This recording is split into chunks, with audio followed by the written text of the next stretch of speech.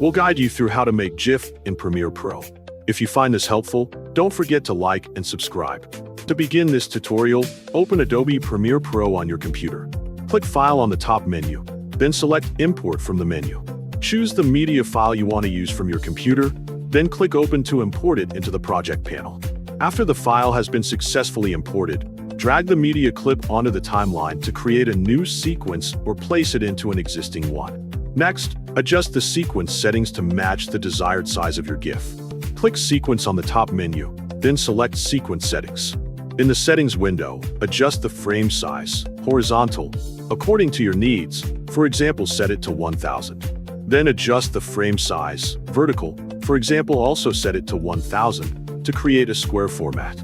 Press Enter on the keyboard, then click OK to confirm the changes and apply the new resolution to your sequence.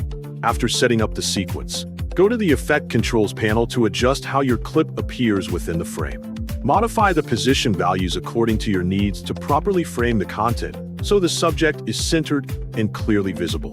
Then drag the playhead along the timeline to define the duration you want for your GIF.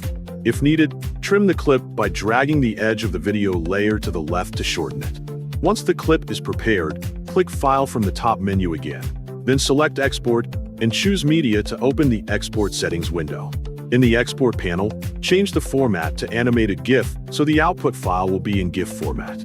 Click the drop-down icon in the Video section, then uncheck the frame rate option to allow manual adjustment. Adjust the frame rate if needed. For example, set it to 12.5 to reduce file size while maintaining smooth motion. Next, change the file name according to your preference and choose the save location where you want the GIF to be stored on your computer. Before exporting, click the play button to preview the result and ensure everything looks correct. Click Export to create your GIF file and save it to your selected location.